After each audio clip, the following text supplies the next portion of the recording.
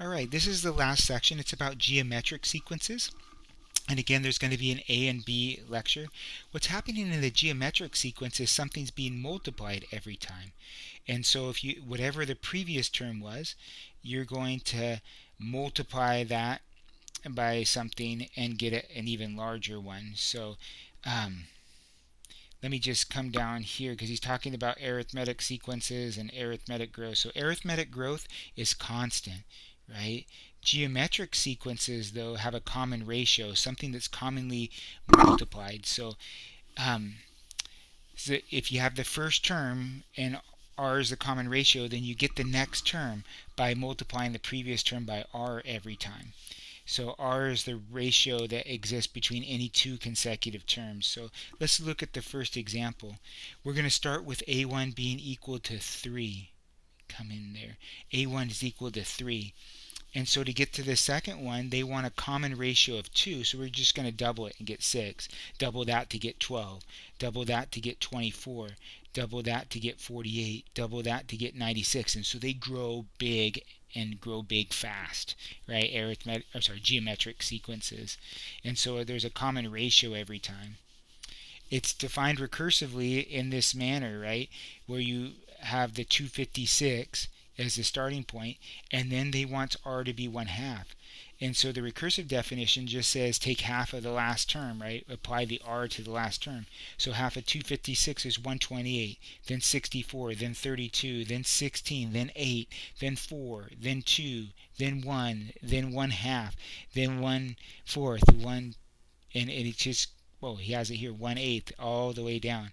So remember, a1 was a positive number, and r was 0, between 0 and 1, so it decayed or decreased over time.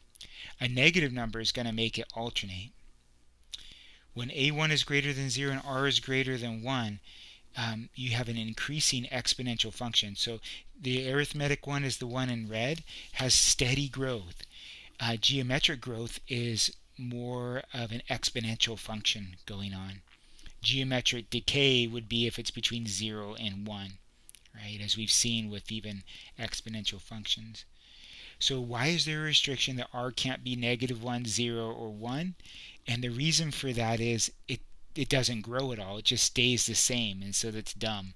And it's not, in particular, it's not exponential, and therefore doesn't follow the same pattern. So you have to rule those out. So if r is greater than 1, then it grows and grows quick. If r is between 0 and 1, then it stays positive and it just drops in terms of its size. So what if your common ratio is negative? Well, then you alternate signs, right? They call them alternating geometric series. So um, so let's see where they have a -1 here at the very end, an alternating geometric. They're calling this one alternating geometric, but he must have a wrong idea if he unless he puts a negative right here. So let me highlight that. You might not see where I'm writing right now because I'm using the same color, and I'll change that by moving to a blue pen. That should be a -1/3 if we're alternating signs like that. Here we have a -2, and you can see that we're growing, but we're alternating back and forth. And then alternating geometric, decreasing geometric.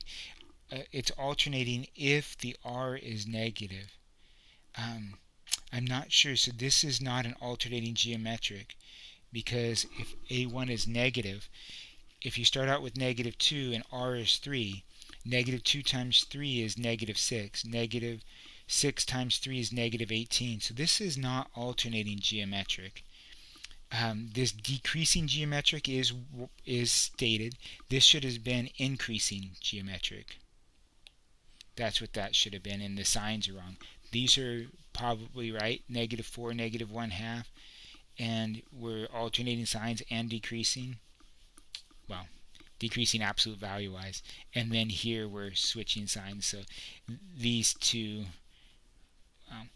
now it's corrected, I guess, in there.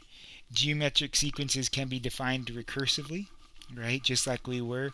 Hey, start with the first term and apply r every time, right? So if it's 2 and 3, we get a nice 6, 18. 18 times 3 to get the next term, 8, right? 18 times 3 to get 54, 3 times 54 to get 162, 3 times 162 to get 486. So pretty nice. And so here's a bunch of recursive definitions, and you're just going to do great.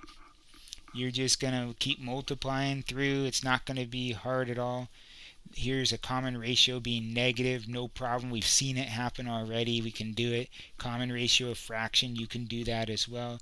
Just listing out the first few terms. And again, he stresses not to reduce the fraction so that you can see the pattern. It's fine. Determine if a sequence is geometric.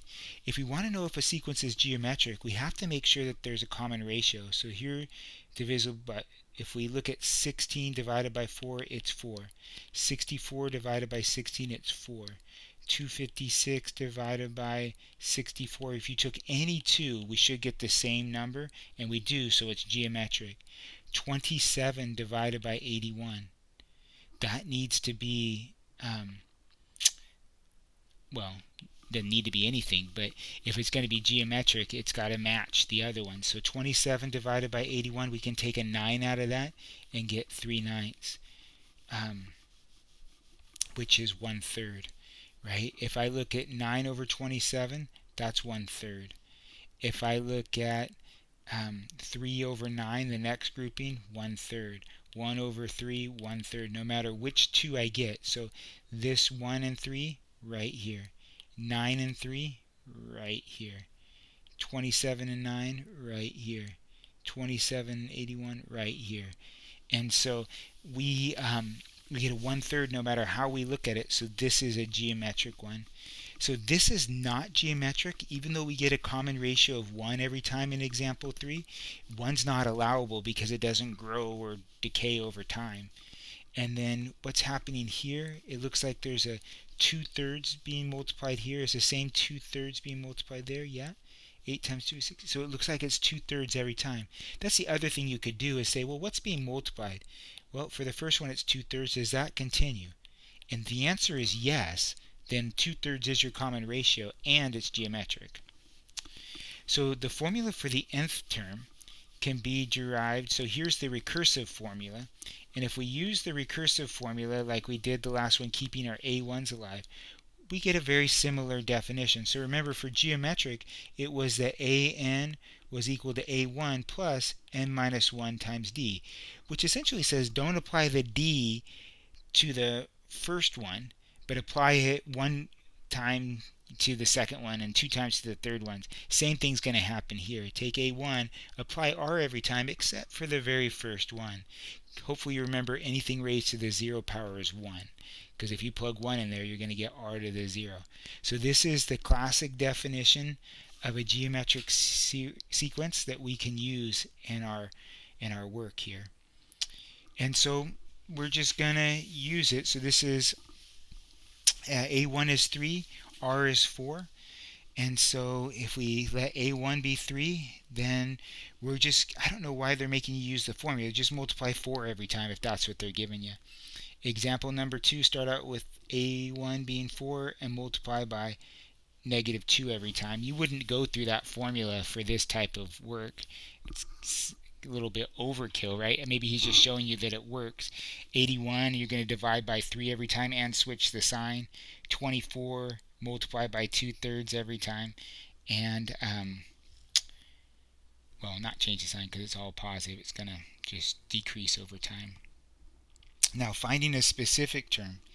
If a1 is equal to 4 and r is equal to 3, find the 12th term. Here's where that might be helpful, that formula. We need to find the 12th term, and so what we have is we have a lot. We want to find a sub 12. a1 is equal to 4, r is 3, and we need that to happen 11 times. Now we're going to need to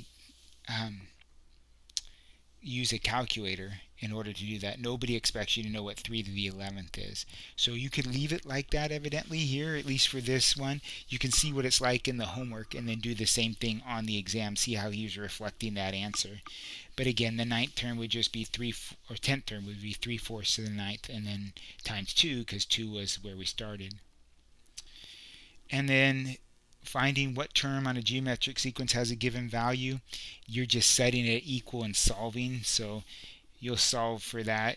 Get common bases really helps a lot, like you saw in earlier exponential work when you're doing exponents and logs. And so you would set the two things equal to one another, divide by 2, and then use your mathematical reasoning to come up with 6 out of that. Pretty easy to follow there.